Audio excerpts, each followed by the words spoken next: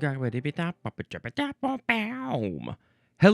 word nerds, and welcome to the dictionary, hosted by me, Spencer. What's going on? How's it going, everybody?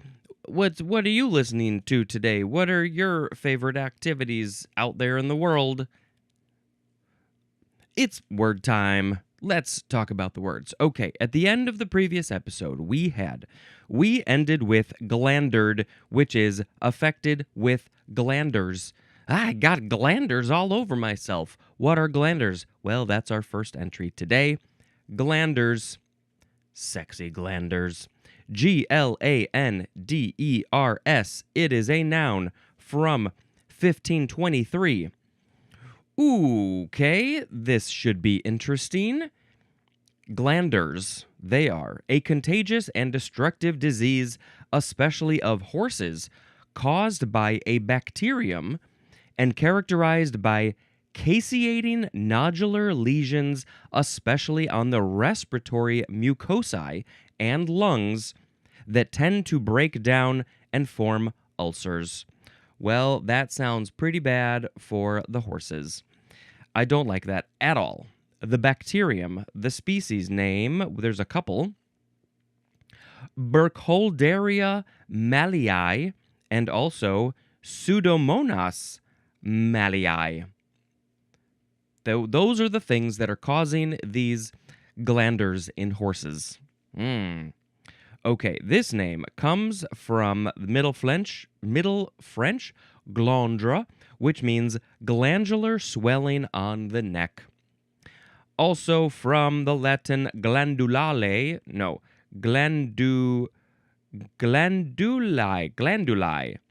Yeah. That is the plural of glandula, which is the diminutive of glands, and I think that means glands. Seems all related to glands. Maybe some gland in the horses is all doing this stuff. What is this? This is making me remind me of a word, and I'm trying to think of what it was. Nope, that's going to be later in the G's, I think. Okay, so that was glanders. Glandered, you'd maybe describe a horse as glandered because it has the glanders. And what else could be related? I don't know. Let's make a sound that's going to go ksh. We now have the word glandular. Glandular. This is an adjective from circa 1740. Number 1A. Of, relating to, or involving glands, gland cells, or their products. The things that the glands make.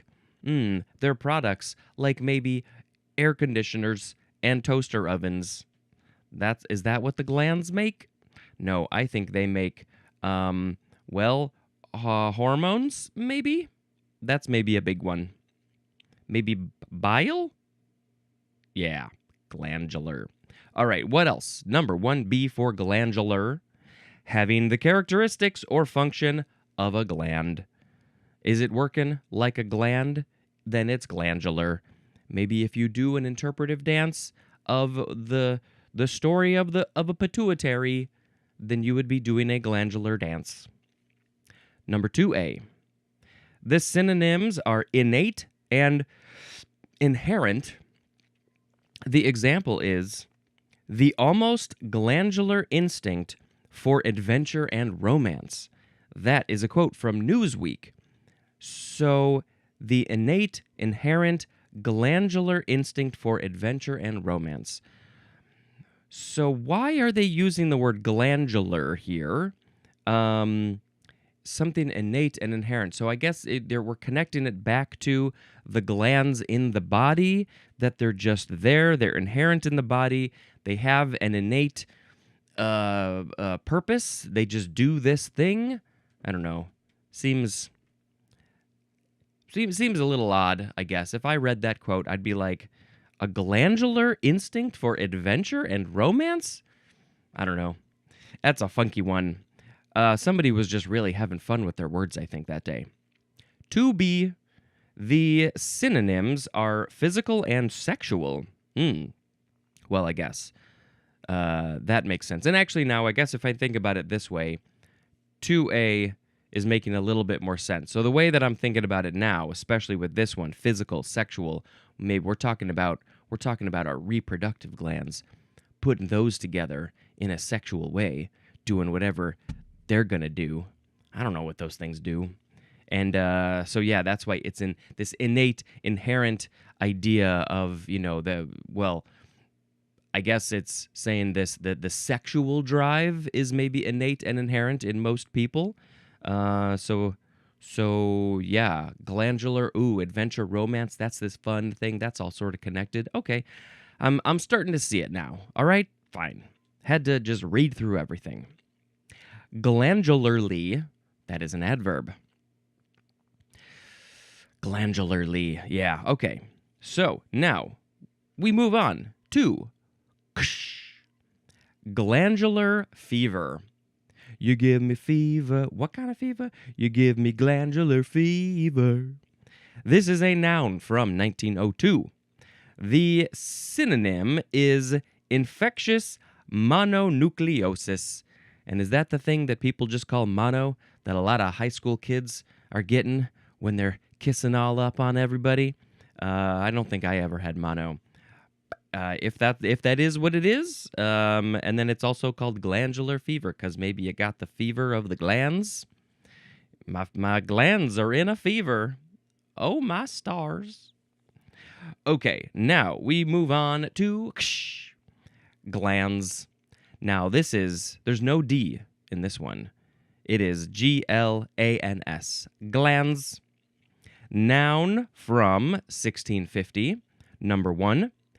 A conical vascular body forming the extremity of the penis. It is called also glans penis. A conical vascular body forming the extremity of the penis. So, I don't think I really want to do a Google search of that. Is this inside? It's forming the inside structure, or is it the whole? Is it the external shaft of the penis? I don't know.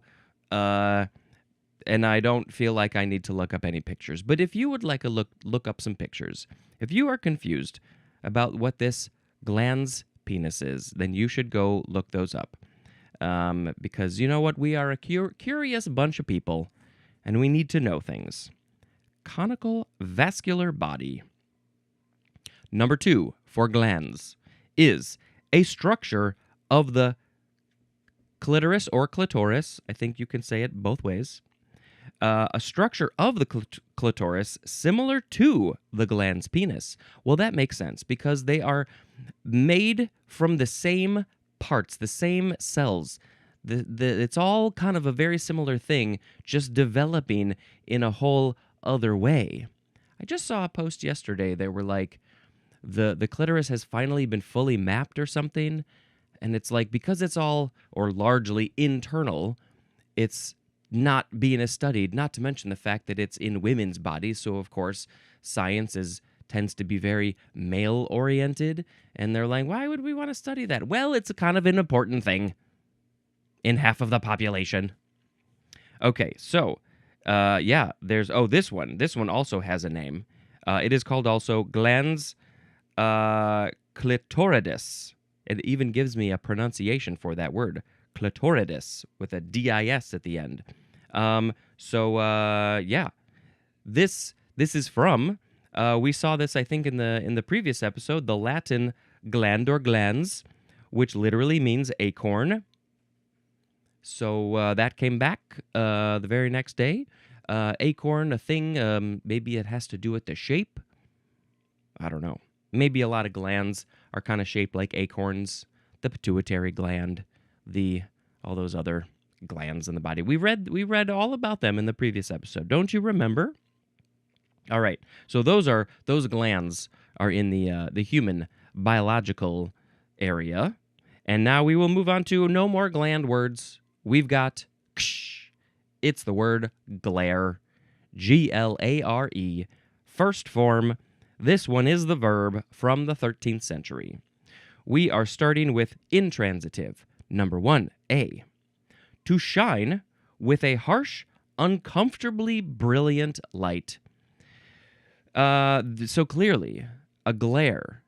There's a meaning behind the word. The meaning is that it's uncomfortable and it's harsh. Like maybe when I'm driving in traffic and the sun is shining on the car in front of me, their rear window. It's just hitting that angle just perfectly that it's glaring in my face. Glares are not usually good. So that is why it is harsh and uncomfortable. And it's brilliant, so it's very, very strong. Get that glare out of my face, sun. Where are those clouds? You never did anything for us, sun. 1B, the synonyms are stand out and obtrude. Like you're standing out a little too much. Maybe you're wanting the center of attention. So you're glaring out there for all the world to see you. You're standing out when you wore that big, sparkly jacket. Number 2, to stare angrily or fiercely. Ooh, I'm so angry and fierce at you. You did something to me. You took the last popcorn kernel, and I was saving it for later, so now I'm going to glare at you. All right, now we have transitive. Number 1, to express by staring angrily. You're expressing something by your angry stare. And the thing that you might be expressing is hostility.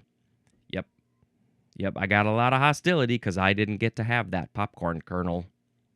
Number 2 is archaic. It is to cause to be sharply reflected. To cause to be sharply reflected, well, maybe it could possibly be sharply reflecting the sun. And so in that case, this archaic case, the car's rear window was glaring the sun directly into my face. And then I glared back because I was so angry and hostile at the window. This word is from the Middle English glaren, akin to the Old English glace, which means glass. So very interesting, because glass tends to have some sort of effect on light or reflect light or something. And so never would have thought that the word glare came from glass. But yeah, it does make sense. Okay, what do I do now? What do I do? I go, ksh. I want to break that rear window glass and have it go, ksh. Now we have the second form of glare. This is a noun from the 15th century. Number 1A, a harsh, uncomfortably bright light. As in, we have an example, the glare of a neon sign. It is uncomfortable to some people, especially maybe when you're staying in a room, a hotel room or something, and there's a big neon sign and it's flashing in your window and you're like, ah. We have another example, the glare of publicity. Ooh, that's a different kind of glare, isn't it? It's harsh and uncomfortable. There's more, especially painfully bright sunlight. That is typically what I think is glaring in our faces. That or other things like publicity. 1B, cheap, showy brilliance, as in the synonym garishness. We just watched an episode of a show, a very, very good show. Well, the show is called Somebody Somewhere. We're a little bit late to it, but it's very good. And in one of the episodes we watched, somebody was wearing a very shiny purple jacket, and I was like, "Damn, that's fancy." And it was you could call it a glare. It had some showy brilliance. It was maybe a little bit garish, but it was for a party, a wedding. So it was like, yeah, it's appropriate. Go all out. It was pretty great. Number 2 is an angry or fierce stare. That's my glare.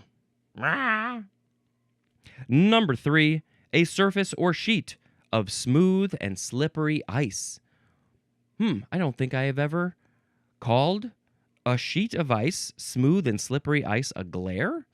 Well, definitely, when the sun is shining on it, it's going to bounce back and glare in your face because it's ice, it's reflective. But are there other reasons? Is it because it's like a sheet of glass? And we know glare came from glass. Maybe that's kind of how it's related. Anything else about glare and ice? I don't know. Interesting. Do you call a sheet of ice a glare? All right, moving on to glaring. Glare with an ing, adjective from the 14th century. Number 1, having a fixed look of hostility, fierceness, or anger. So, adjective, you're describing something as glaring. I'm a glaring person when I make this face because I have a fixed look. This look is fixed in my face. It's never going away. I can't make it go away. My eyes are stuck this way in a glare. Number 2A, shining with or reflecting an uncomfortably bright light. It's all the same stuff. It's just the adjective version. 2B1, the synonym is garish. 2B2, vulgarly ostentatious. I can think of some people who might be described as glaring in this way. Vulgarly ostentatious. Oh, I don't know. Maybe somebody who posted a picture of themselves as if they are Jesus. That person may be a glaring human being, and I like to glare at them. Number 3, obtrusively and often painfully obvious, as in a glaring error, or you could say a glarer. It's like right in your face. It's obtrusive. It's out there. It's painfully obvious. Oh, how did I miss this error when I was looking through all of my code? All of a sudden, there was French in my code. How did French get in my code? I only code in Greek. That was so glaring. That was a glarer. For synonym information, go see the word flagrant. Glaringly is an adverb, and glaringness is a noun. We have another. I was about to say the word. We have another word related to glare. It's the word glary. Glary. Glary the cable man? This is an adjective from 1578. It is having a dazzling brightness. So glaring is also an adjective, as just like glary, but they're very different. Glary, a dazzling brightness, feels much. There's a lot less negative feeling towards this one, I feel like, than the other versions of this. It's a dazzling brightness. That thing is so glary because it has a dazzling brightness today. All right, moving on to okay, this word can be pronounced 4 ways: glasnost, glasnost, glasnost, or glasnost, spelled Glasnost, just like it sounds, glasnost. What the hell is this? It's a noun from 1986. It's a Soviet policy permitting open discussion of political and social issues and freer dissemination of news and information. Well, that seems like a pretty good thing. Open discussion of political and social issues and disseminating news and information in a more free way? Well, I like that. But it's Soviet, and it's from 1986. I think that was before the USSR broke up. So this is from a very interesting time in our history. What's the etymology? This is from the Russian glasnost, which literally means publicity. Also from glasnyai, which means public. From glass, which means voice. From old, what is this? Old Celtic, Slavic, old. Oh, I'm going to have to give you some accurate information on this abbreviation, which is Old Church Slavic. That's what it was. I knew it was some sort of Slavic. There's all these different kinds of Slavic, and I can't keep all the Slavics straight, so it's Old Church Slavic. Their word glasu, don't know what that means. Maybe it's also voice. And there's more at the word call. Use your voice to call. Interesting. So voice, public, publicity, making everything from the public, voicing your opinion, talking about these things. It's a glasnost. Interesting, interesting. I may have to do a little more digging and put a link in the show notes for glasnost, because I'm curious. All right, moving on. Now to our last word, two forms. Ksh. And what makes that sound when you break it? Ksh. It's glass. Glass. First form, noun from before the 12th century.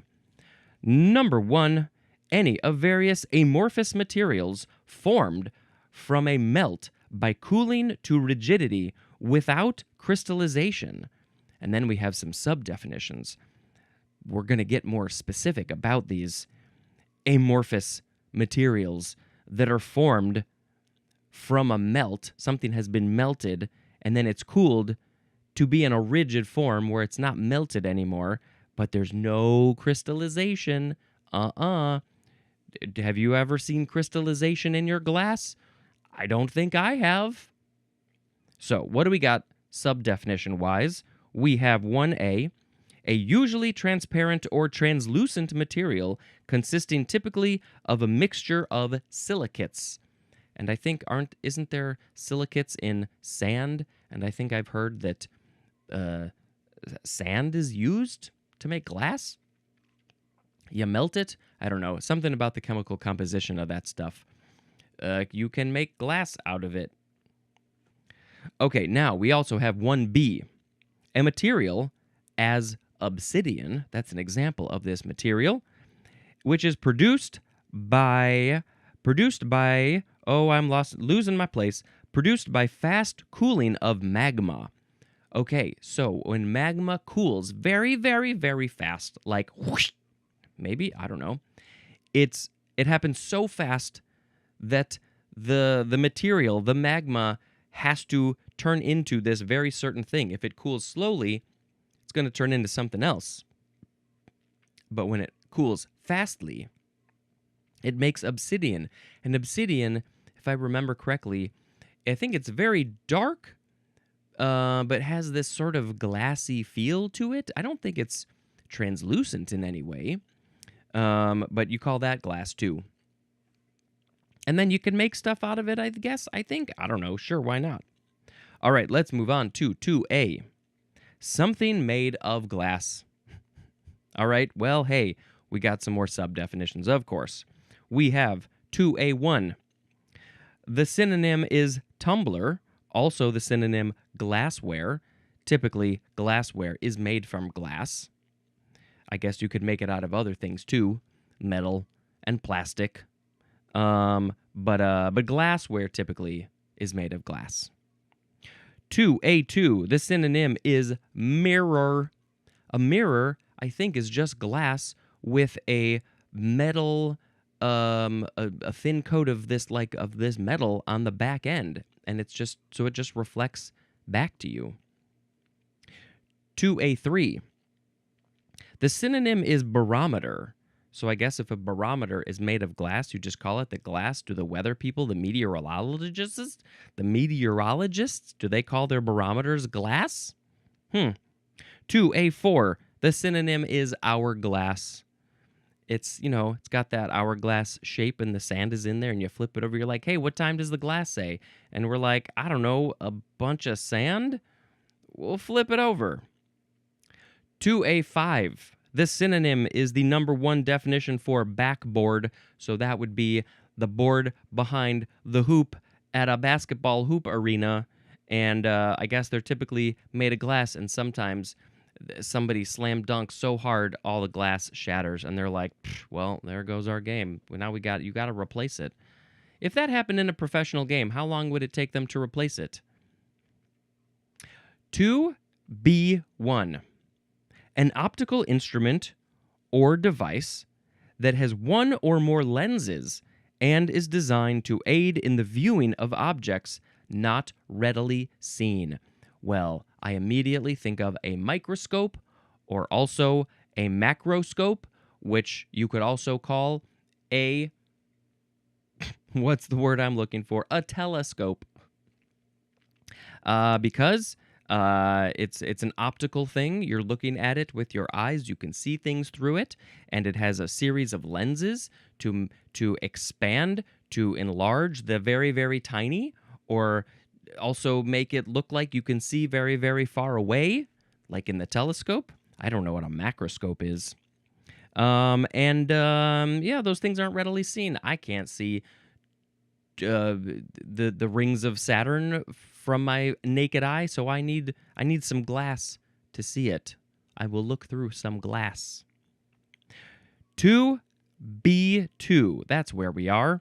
The synonyms are field glasses and also binoculars.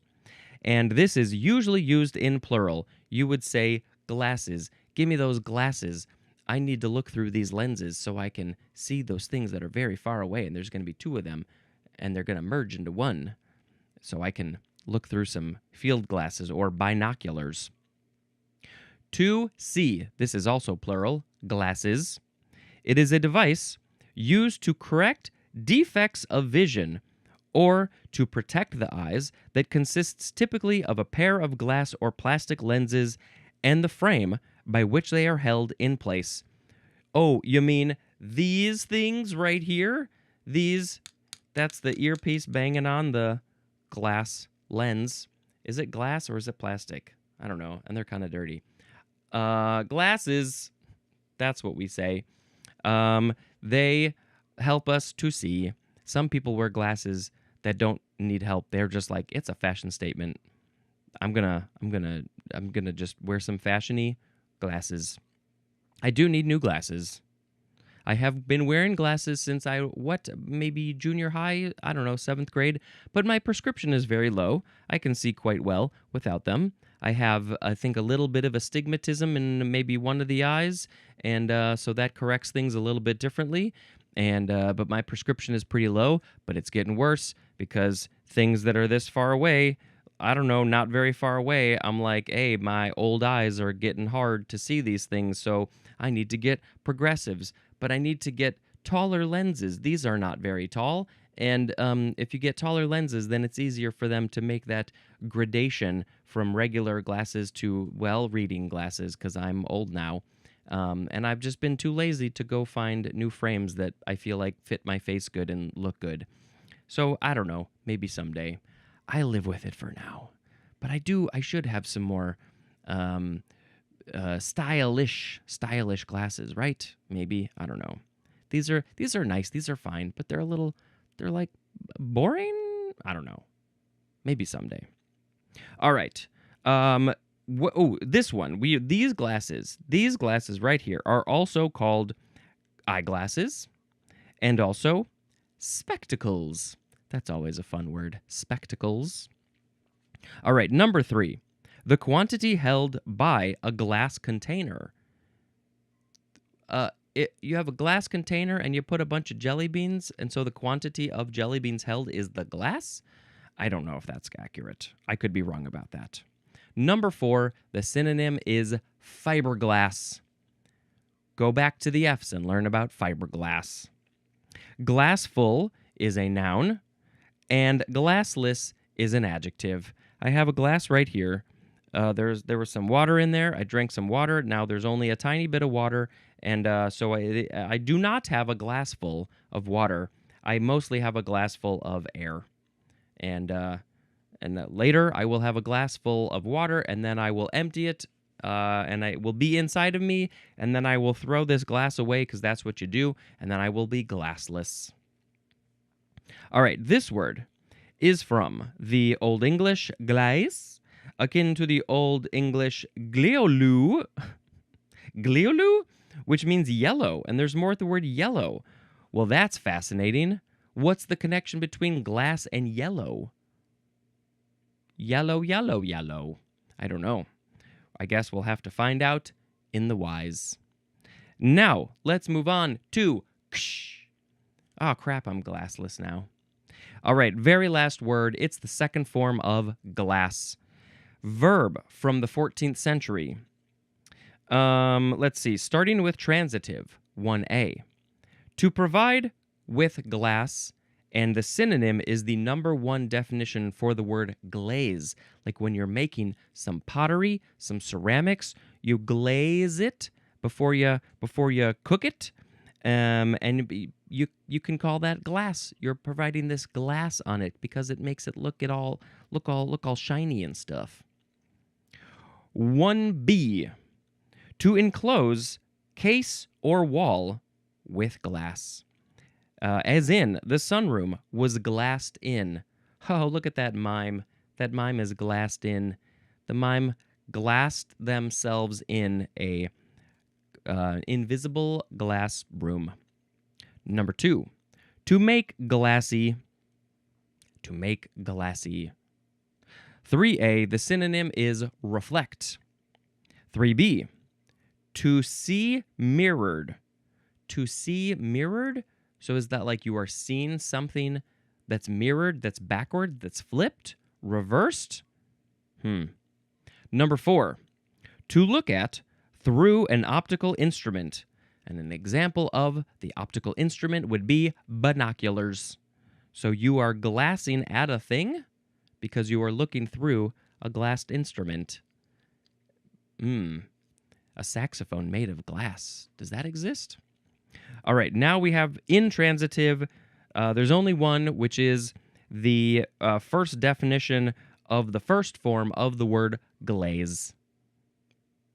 Yep, similar to what we had before. Okay, so that was it. Those were all the words. Let's pick a word of the episode. Episode, words, episode. Today we had glanders, glandular, glandular fever, glands, glare, glare, glaring, glary, glasnost, glass, and glass. I think I just need to pick glasnost as the word of the episode because it sounds like a pretty good thing. Getting information out there, people talking together, talking about ideas and social issues, news and information. It's a glasnost. Glasnost. Amazing. Amazing.